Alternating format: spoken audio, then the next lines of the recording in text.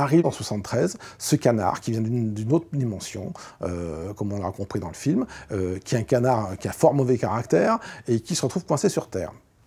Et puis, le concept dépasse un peu tout le monde, ça prend vie, on décide de lui donner une série assez vite, en moins de 3 ans il se retrouve, il y a une série Howard the Duck, qui a des retombées complètement folles. C'est-à-dire que pour faire la promo de la série, à un moment, l'auteur et l'éditeur avaient décidé de monter une fausse campagne comme quoi Howard the Duck voulait être président des États-Unis. Et dans les élections de 1976, aux États-Unis, dans les vraies élections présidentielles, ils se sont retrouvés avec quelques centaines de votes de gens qui avaient voté Howard the Duck. C'est pas tous les héros de comics qui peuvent se targuer d'avoir ces résultats-là. Le personnage dans la BD, c'est quelque chose de très fou, de très moquons-nous des codes des comics. Il faut savoir que non seulement, comme on le voit dans le film, c'est un as du quack-fou. Alors, le quack-fou, c'est l'équivalent de kung-fu pour les canards, mais on le voit aussi dans la bande dessinée porter l'armure de Iron Duck, qui est donc la version canard d'Iron Man. Il a dans ses ennemis une vache vampire, le docteur Bong, qui est un type qui se retrouve coincé avec une cloche sur la tête. Et c'est vraiment délirant, c'est complètement sous acide, on va dire. Je ne sais pas ce que l'auteur prenait à l'époque, mais c'est quelque chose qui dynamite tous les codes de ce moment. Alors la petite différence, dans la bande dessinée, c'est que Beverly, qu'on voit ici en roqueuse, est plutôt une sorte de journaliste à la Lois Lane, une sorte de bonne copine dans ce sens-là, par rapport à un type qui n'est pas Superman, mais qui est un canard. Et il y a une petite différence de rapport dans la BD, mais c'est quelque chose qui est complètement fou pour l'époque, et donc qui va amener du merchandising, qui va amener plein de choses, puisque Marvel se rend compte que finalement, ce personnage qui a différents degrés de lecture, il plaît aussi bien aux amateurs de black potage qu'à des gens qui veulent du deuxième degré, et puis même les enfants l'aiment bien.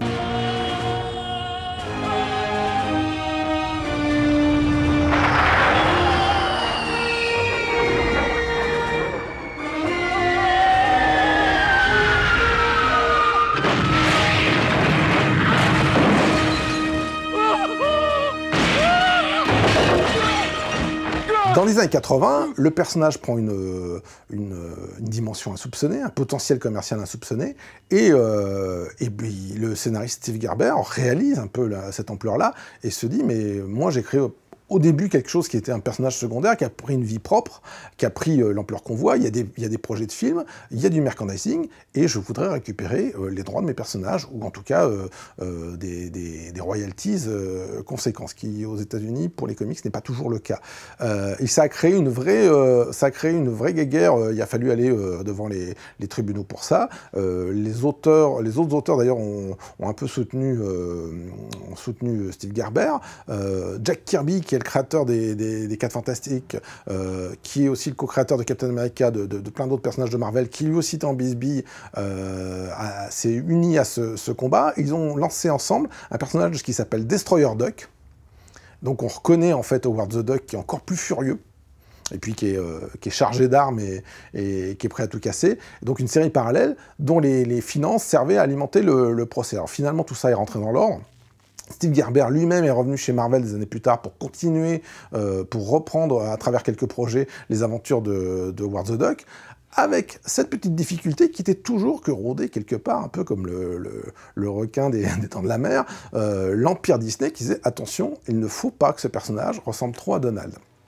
Et il y a un moment, la seule solution qu'ils ont trouvée, c'est relancer Howard the Duck dans une série où, oh horreur, il est victime d'un mauvais coup du sort, il est transformé, et Howard the Duck devient un rat.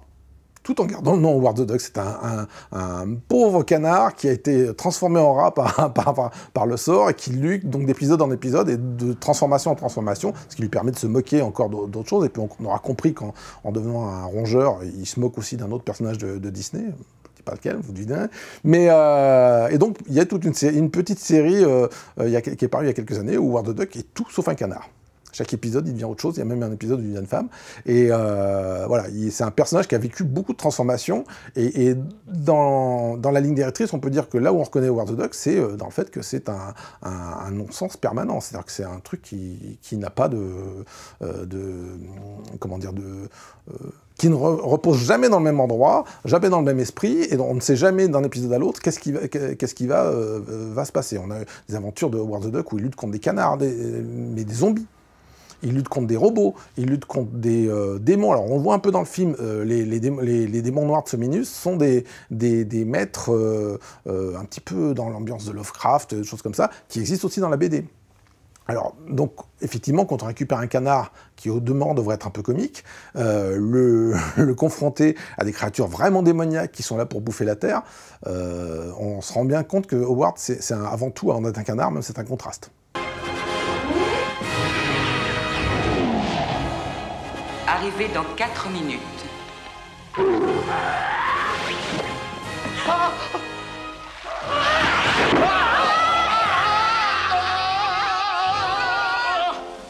Phil, Beverly, n'importe qui, au secours! On sait que dans ces années-là, George Lucas cherchait aussi à parler à la jeunesse. Hein. Il y a eu le film Willow. Il y a eu des choses comme ça, où là aussi, il y a son quota d'acteurs de petite taille. Donc, il y a quelques éléments qui vont quand même... C'est pas autant un ovni qu'on pourrait le croire dans la galaxie George Lucas. Il y a ce petit fond d'Amérique, ce petit truc, il y a quelques archétypes.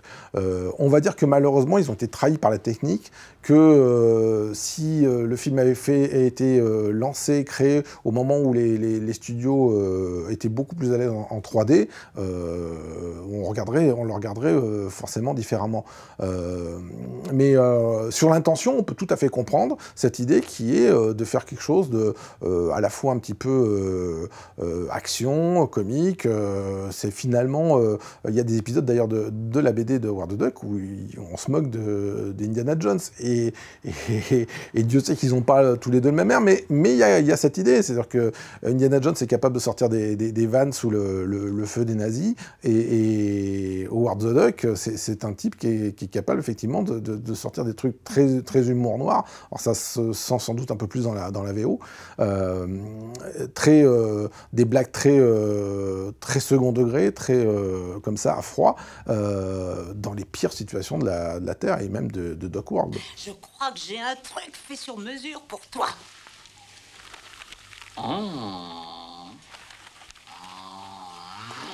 Mon petite voix me dit qu'avec ce boulot-là, tu vas être heureux comme un canard dans l'eau. Howard the Duck, c'est un film qui a quand même le mérite d'être le tout premier véritable film de Marvel. C'est-à-dire qu'il y a eu avant, dans les années 40, quelques sombres sérials, on appelait ça des feuilletons cinématographiques en noir et blanc avec Captain America. Il y a eu aussi en Europe des téléfilms remontés comme des films. On a connu par exemple Hulk qui sont sortis en salle mais qui étaient aux États-Unis des produits télévisés.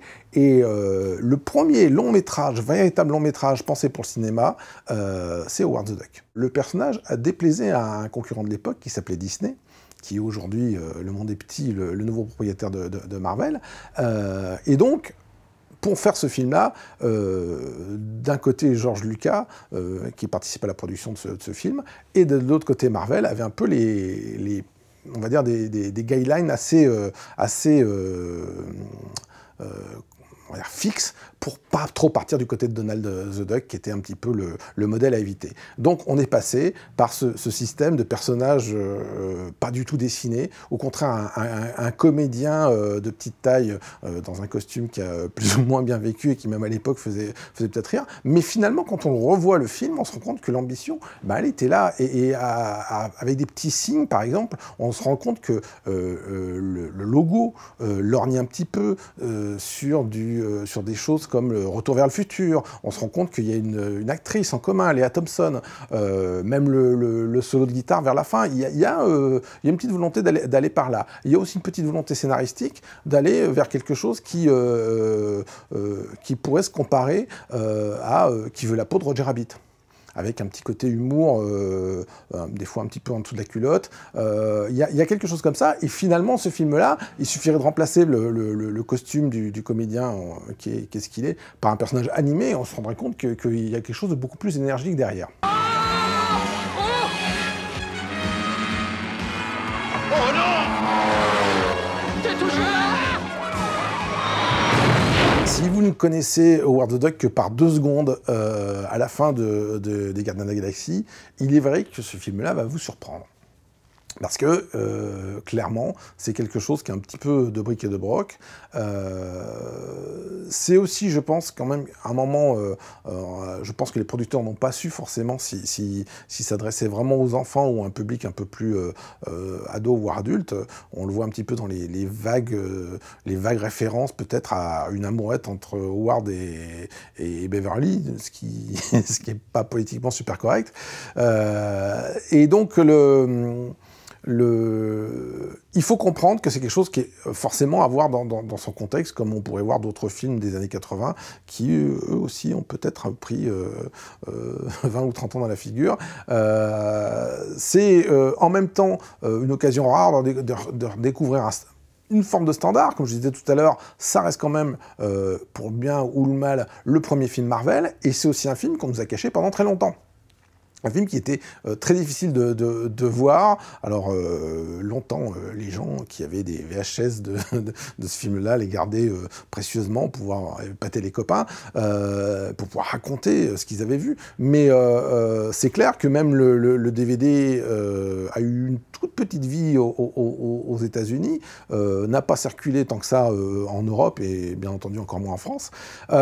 Et tant et si bien qu'à une époque, la rumeur voulait que George Lucas faisait tout son possible pour détruire toutes les traces de ce DVD-là, dont il ne voulait plus qu'on en aperçoive la moindre image. C'est le film qu'on n'a pas voulu nous montrer à une époque, ou qu'on ne voulait plus nous montrer, qui en tout cas était très rare, et comme certaines raretés du cinéma, il faut forcément leur prendre dans le contexte et bien comprendre ce qui se passait à l'époque. On peut d'ailleurs là aussi sourire de l'ironie, qui est que à l'époque, finalement, c'est George Lucas et Marvel qui s'allient pour faire ce pied de nez à Disney, et aujourd'hui on retrouve donc l'héritage, l'univers de George Lucas et l'univers de Marvel sous la houlette de Disney. Alors les mauvaises langues disaient que ça causerait la disparition totale de Howard the Duck, et au contraire on a pu le voir. Je ne veux pas trop gâcher la surprise à ceux qui n'auraient pas vu les Gardiens de la Galaxie, mais on a pu voir que finalement il n'en était rien, et d'ailleurs la bande dessinée de Howard the Duck est en train de renaître aux États-Unis